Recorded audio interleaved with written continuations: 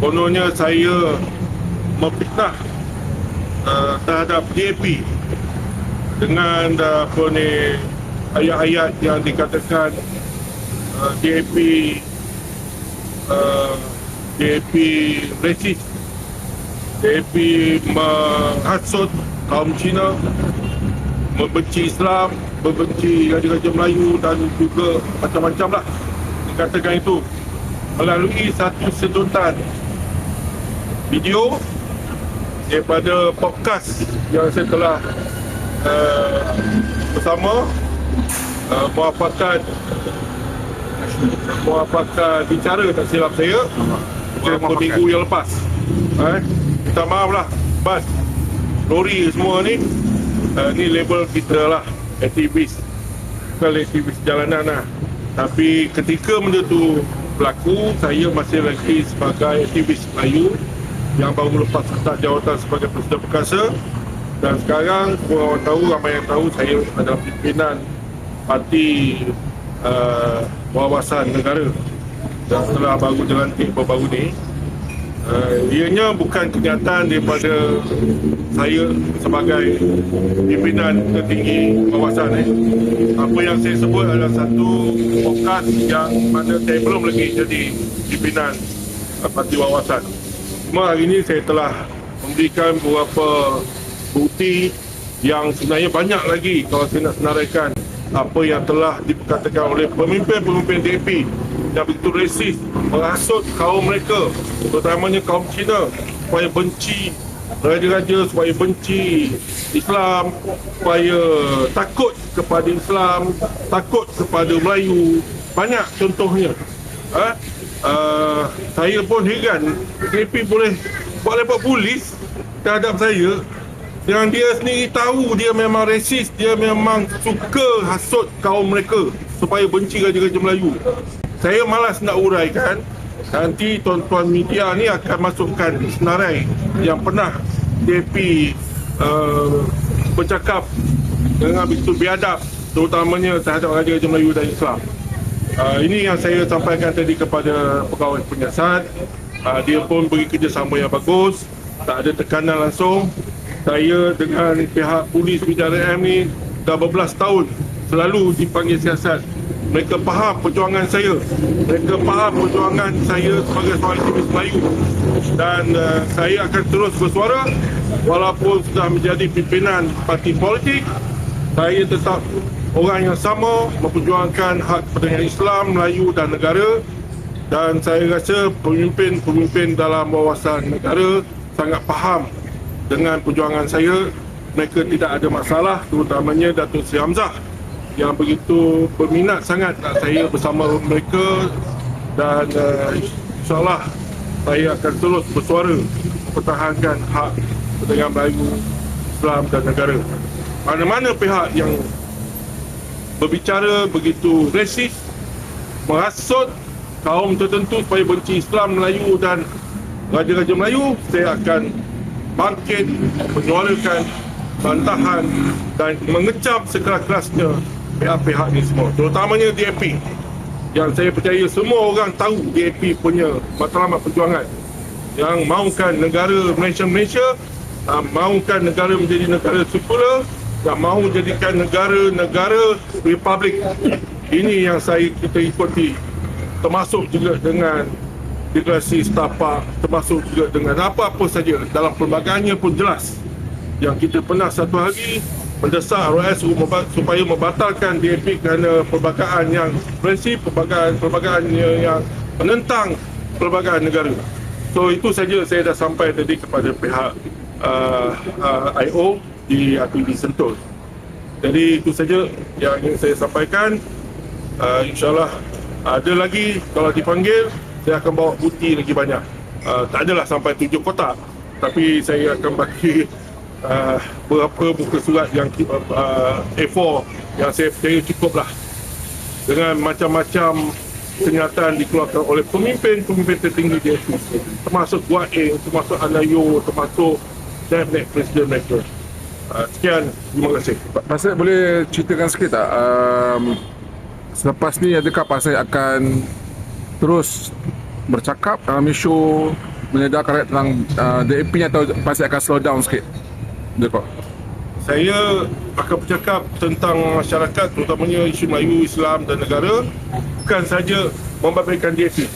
Siapa saja membabitkan DAP, mungkin daripada parti baru macam si Rafizi, dia punya apa nama parti dia? Bersama. Kalau kat Sabah panggil Payau, parti Payau. Payau tu Rusa. Sebab Rafizi ni kalau kita tengok dia punya ucapan masa melancarkan parti baru dia hanya berbicarakan tentang 1/3 golongan dalam negara ni. 1/3 golongan dalam negara ini yang dianggap sebagai kononnya terinaya, tidak dapat keadilan. 1/3 ni adalah kaum Cina atau kaum India atau kaum lain yang bukan bumi putera. Dia mengatakan kaum Cina tak dapat keadilan. Rafizi, you patut fight for golongan yang majoriti yang masih ketinggalan belakang. Tapi kalau parti yang lebih berbicara tentang kaum minoriti yang kononnya tertekan, yang sebenarnya kita lihat mereka kaya raya berbanding kaum pribumi, yang mereka mempunyai hartanah yang lebih banyak daripada kaum pribumi, yang mereka lebih senang lenang hidup dalam negara ni, kamu kata mereka tidak dapat keadilan. Inilah perjuangan daripada parti yang kita lihat sebenarnya sama je dengan Parti Keadilan dan juga DAP. Ini parti pada saya sama, ni parti liberal dan parti yang tak ada arah tujuan, hanya parti yang nak menonjolkan popular dia lah. So Rafizi baru-baru ni dia menyentuh barisan pimpinan parti Wawasan yang mengutuk, mengkritik Hamzah melantik beberapa orang pemimpin yang senior yang lebih 70-an umur, termasuk Tan Sri Rahim Tamici. Dia mempertikaikan Rahim Tamici kononnya Rais Yatim juga. Gila apa? Macam mana orang macam ni diangkat reset apa? Rafizi, umur Tan Sri Rahim Tamici 30-an dah jadi Ketua Menteri, dah bangunkan negeri Melaka, sehingga sekarang hasil yang masuk dalam negeri Melaka adalah dia punya impak daripada pembangunan yang telah dibuat oleh Tan Sri Rahim Tamici. Orang yang geliga macam ni, walaupun berumur, kita perlu duduk dalam barisan pimpinan parti yang baru nak hidup.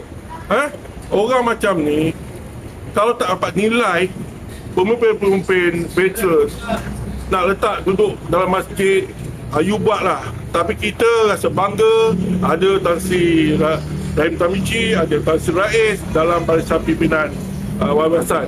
Kita sangat-sangat berterima kasih kepada Datuk Seri Hamzah, Presiden kami, yang memilih dua orang tokoh ni yang pada saya memang perlu ada dalam sesuatu parti untuk menasihati pemimpin-pemimpin baru. Kita kalau main bola peringkat nasional tertinggi, takkan kita nak hantar tim 15 tahun, takkan kita nak hantar tim 21 tahun. Kita akan pilih pemain yang terbaik, termasuk juga walaupun dia dah berumur 30-an. Jadi kita angkat pemimpin macam ini untuk mengimbangi pimpinan parti Wawasan. Dan saya percaya sumbangan masih boleh diteruskan oleh Tan Sri Rais dan juga Tan Sri Rahim Tamici kepada agama, bangsa dan negara. Saya lihat kedua-dua tokoh ni belum nyanyuk lagi.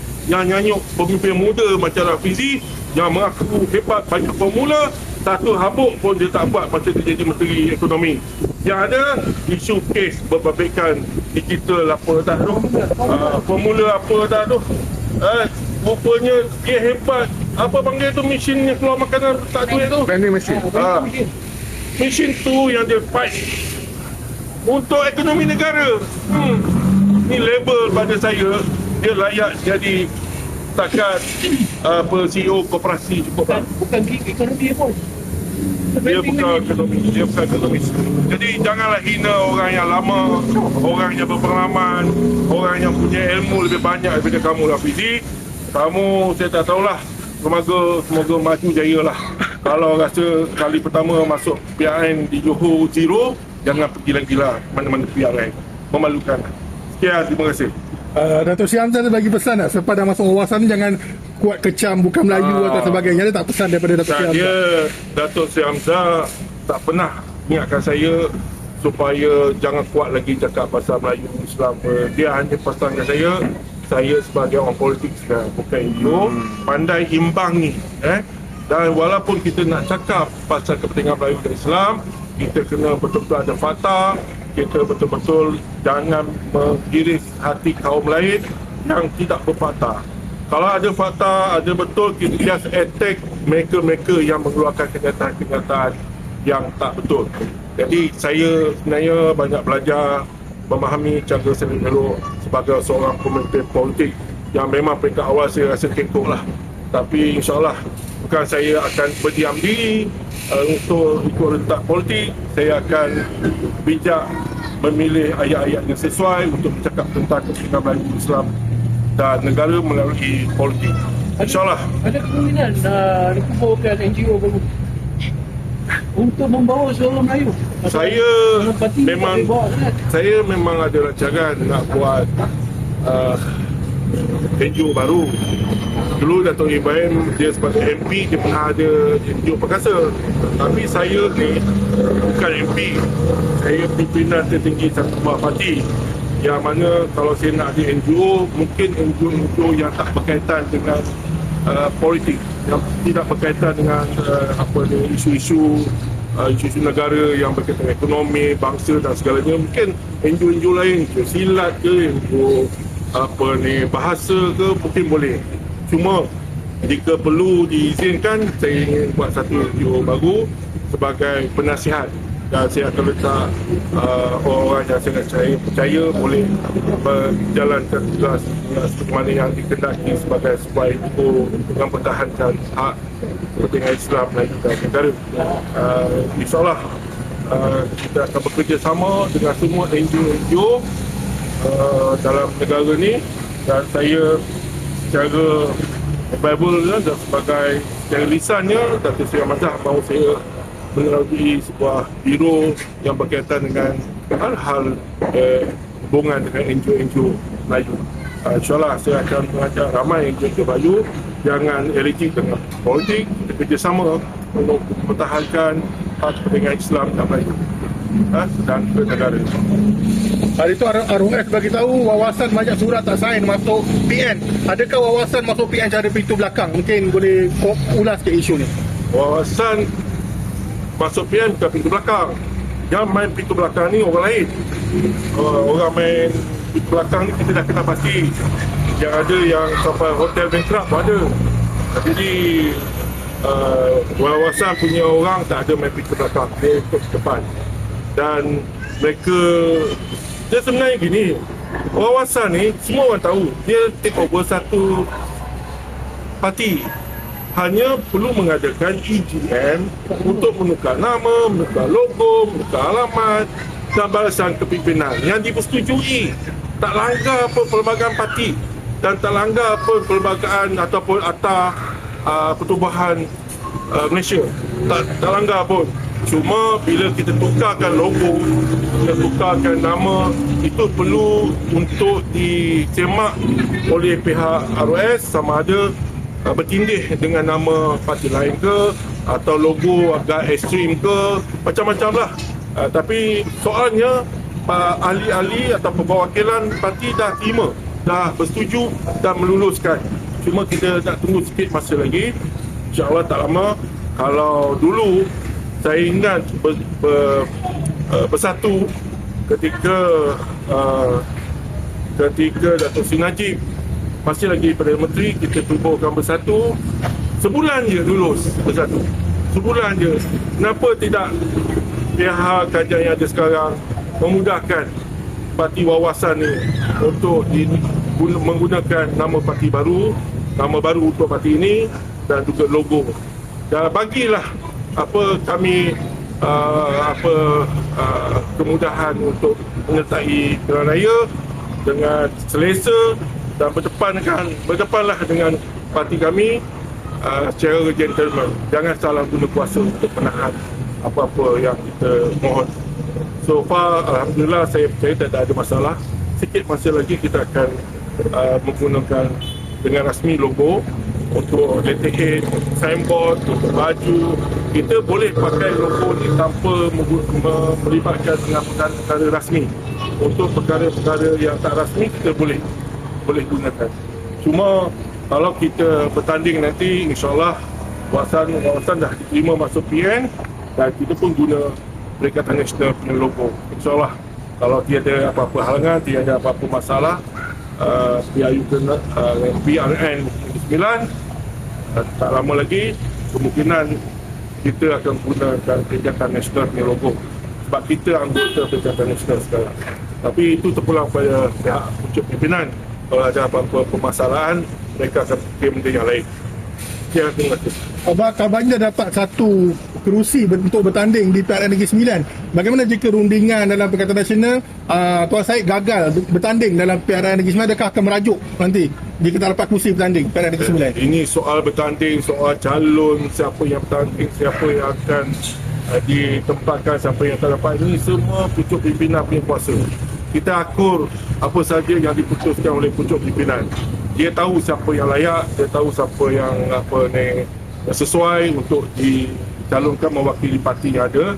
Dan kalau ada kerjasama, of course mereka akan berpakat secara sihat untuk win-win station supaya kita dapat menubuhkan kerajaan Negeri Sembilan bersama. Bukan nak rebut kuasa, bukan tamak.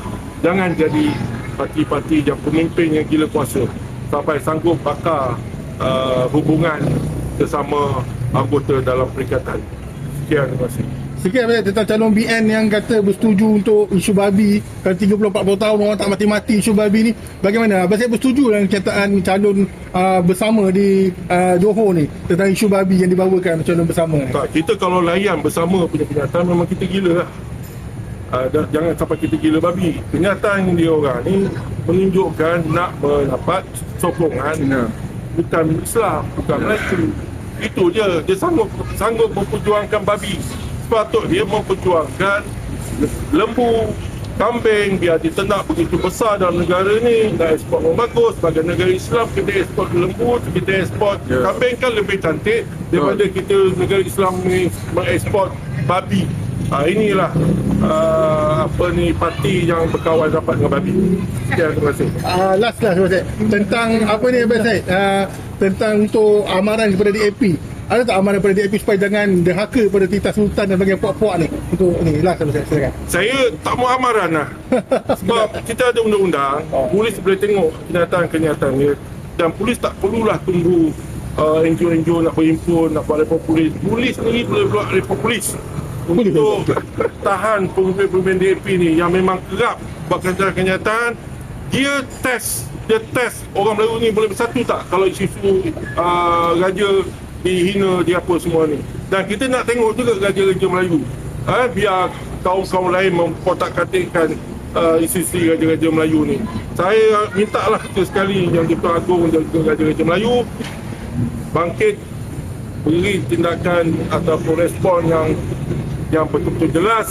Ajar puak-puak yang nampak sangat memang anti raja-raja Melayu. Jelas. Sekian.